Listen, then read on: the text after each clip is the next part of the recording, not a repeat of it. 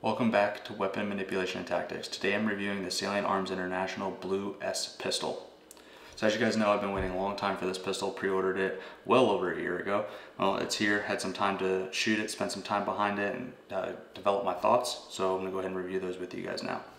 So obviously the big difference with this is the brass backstrap, as well as the brass magazine release, and then the very aggressive slide package.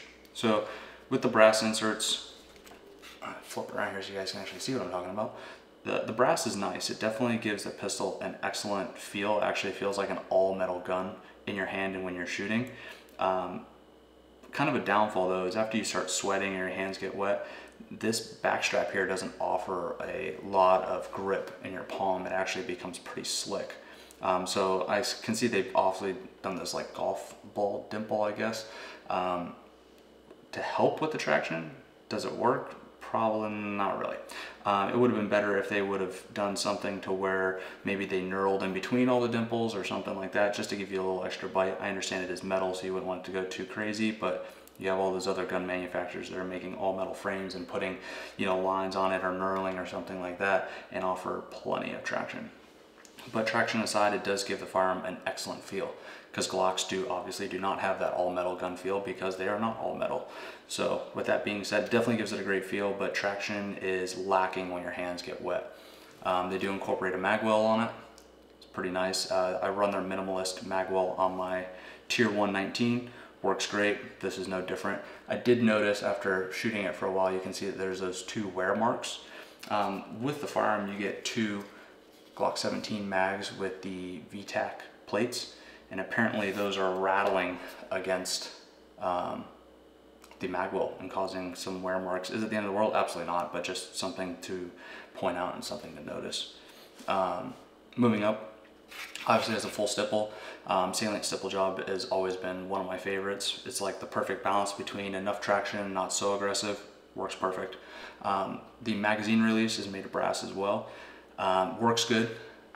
My main complaint is that they should have maybe knurled that as well and then put their logo on it, and the logo is smooth obviously and the knurling is around the logo, because once again, once your hands get wet, that doesn't offer a lot of grip. So is it the end of the world? No. Does it need some improvement? Yes, absolutely.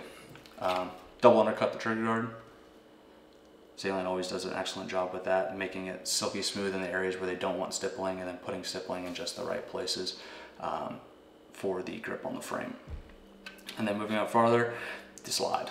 So the slide, as you can see, is very, very, very aggressive with its serrations.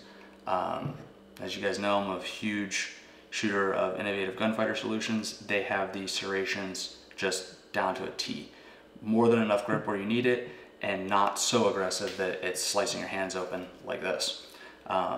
The rear cocking serrations I don't have an issue with, because back there you really don't have to worry so much about going for a sweeping stovepipe clear, and these front are just so aggressive. It's just ridiculous. I don't know why that they decided to give it like a razor blade like edge, but you know, hey, I'll take all the traction I can get, but at the same time, you know, you could have just taken the edge off of it a little bit so it's not so crazy.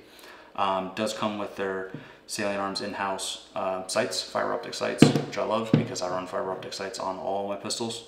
So definitely everything's good to go there. Still, they have yet to change this rear sight, which I can't imagine why they still run this, which they put serrations on the face of the rear sight. They do that to obviously aid in traction when racking the slide off of something. Great idea, poorly executed, because once again, when you're going to sweep for a stovepipe clearing or something like that, it slices my hand every single time. Just during the last pistol class I was teaching, showing someone how to do a combat reload and then rack the firearm with the magazine still in your hand, it just catches you, and it's sharp. There's no denying it. So while it has its benefits, it also has its downfalls. Do I think that it's necessary? No. They could have rounded some of the corners off of it, still left some of the lines on it so it grips, and everything would have been good to go. But you know, not the end of the world. Does come with their in-house barrel, box fluted, which is very nice. I think the thread protector is a little bit ridiculous. I haven't sourced a holster for it yet, but you know, I think that that's going to be the most difficult part, is finding a holster that it fits. May not be, but like I said, I haven't really gone crazy in the research portion of it. Now with the barrel, I'm not sure if you guys can see, but if you see it says AI, that's because they put SAI on the barrel, but they obviously haven't failed to line it up properly, or they are machining this, and this is my guess, that they're machining this for their tier 1 pistol, not for the blue pistol. So as you can see, you have the S there, and then the AI. Why not just make a barrel specific for the blue, so then it all lines up? This is a $2,500 pistol, and that is a rookie mistake. I can't even wrap my head around it. As far as the way that it shoots okay. The trigger is definitely not the greatest, which is my main complaint, other than the other little details that I mentioned. I'll go ahead and show that to you now, so that way you guys can see. As you can see, firearm's empty, no magazine in the gun, and trigger pull. Has a decent amount of creep, but then once you hit the wall, breaks cleanly. Here's where my main gripe is: the reset.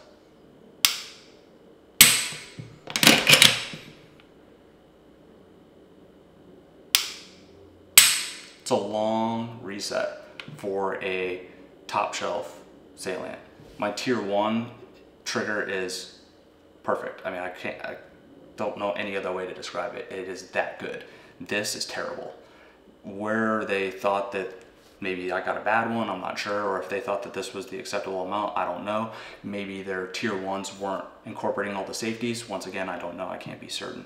But that's my biggest complaint, is definitely the trigger.